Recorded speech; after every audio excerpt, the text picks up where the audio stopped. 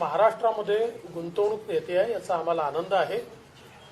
मुळातच फक्त ही जी गुंतवणूक आहे यातले बरेचसे प्रोजेक्ट्स हे मागच्या काळातच त्याची एमओयू झाले आहेत किंवा त्यांना लँड देण्यात आली आहे आणि आता पुन्हा त्याचे एमओयू चालले आहेत। पण तरी देखील आम्हाला आनंद आहे की शेवटी काही असलं तरी ती महाराष्ट्रात गुंतवणूक येणार आहे।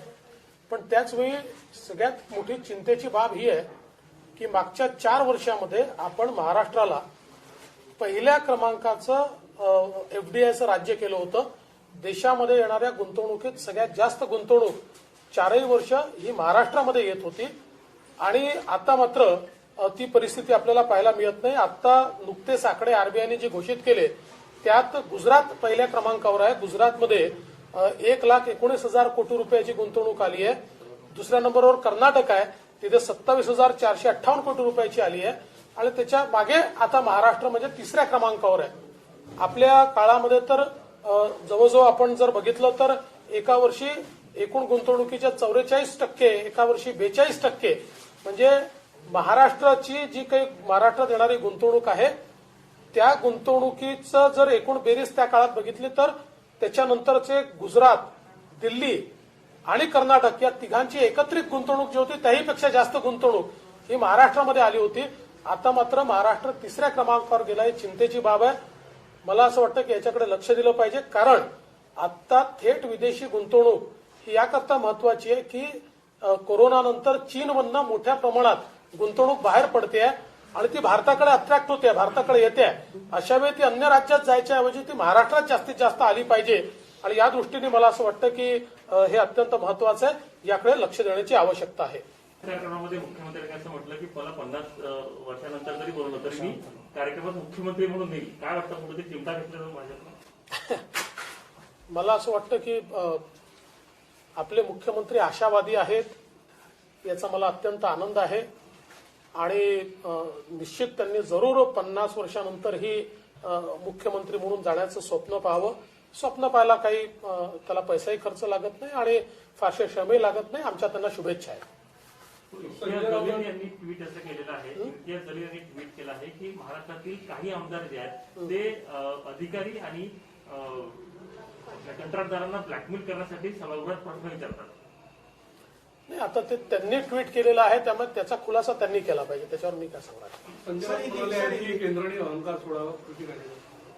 संजय राऊतांवर सगळ्या त्यांच्या बोलण्यावर मी काही प्रतिक्रिया देत नाही, ते बोलतच असतात, रोजच बोलतात। मी माध्यमातूनच ऐकलं की शिवसेनेचे आमदार म्हणाले की जैतापूरमध्ये मोबदला मिळाल्यामुळे आता जनतेची तक्रार नाही आहे आणि सगळ्यांनी जागा दिलेली आहे, त्यामुळे आता तो प्रोजेक्ट होऊ शकतो। आता नेमका मोबदला कोणाला मिळाला याची देखील थोडीशी माहिती घ्यावी लागेल, पण मला आनंद आहे की कमीत कमी थोडी आता शिवसेनेची भूमिका बदलते आहे आणि केवळ कुठल्याही प्रकल्पाला विरोध करायचा अशा प्रकारची भूमिका राहिली नाही।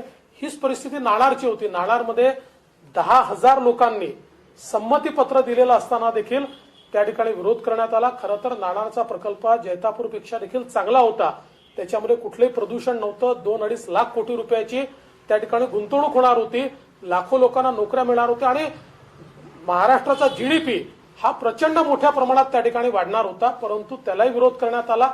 खरं तर आपल्याला माहिती आहे की ज्यावेळेस समृद्धी महामार्गाचं काम आम्ही हातामध्ये घेतलं त्यावेळेस शिवसेनेने त्याला विरोध केला, परंतु शेतकऱ्यांनी मोबदला स्वीकारून टाकला आणि इतक्या चांगल्या प्रकारचा मोबदला आपण त्या ठिकाणी दिला की शेवटी त्या प्रकल्पाला विरोध करणारं कोणी उरलं नाही आणि मग शिवसेनेलाही तो ओन करावा लागला।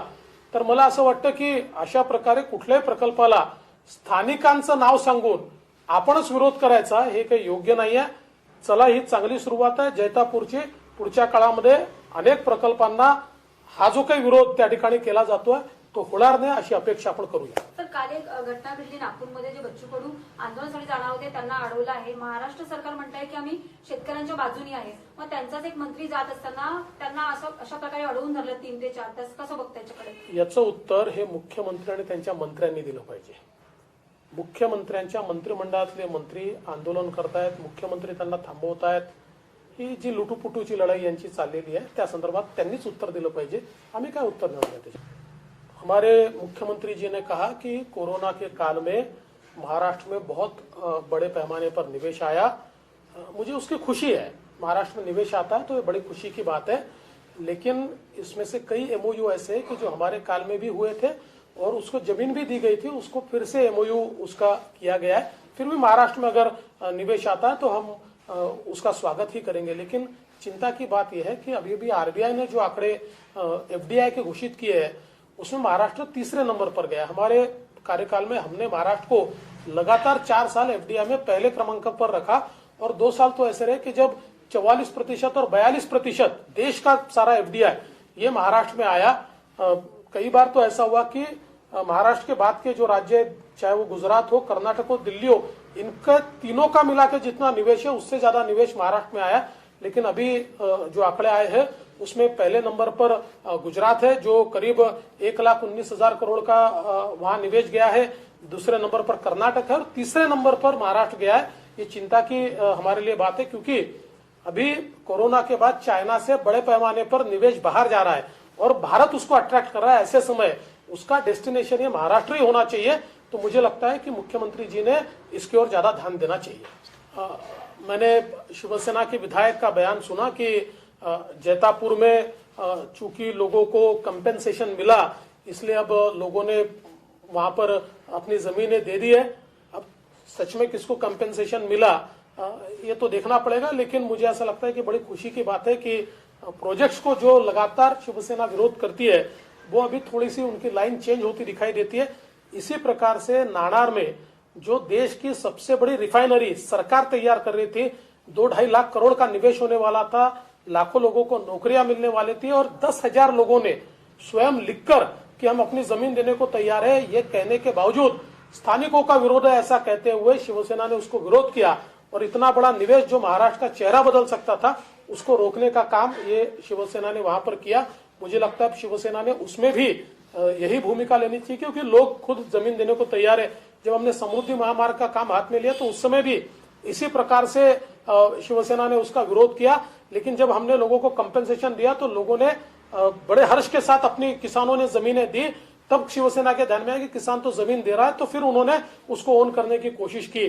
तो मुझे लगता है कि जिस प्रकार से ये जैतापुर का प्रोजेक्ट है उसी प्रकार से बाकी भी महाराष्ट्र के प्रोजेक्ट्स को रोकने का काम ये शिवसेना ने बंद करना चाहिए और उसको सपोर्ट करना चाहिए।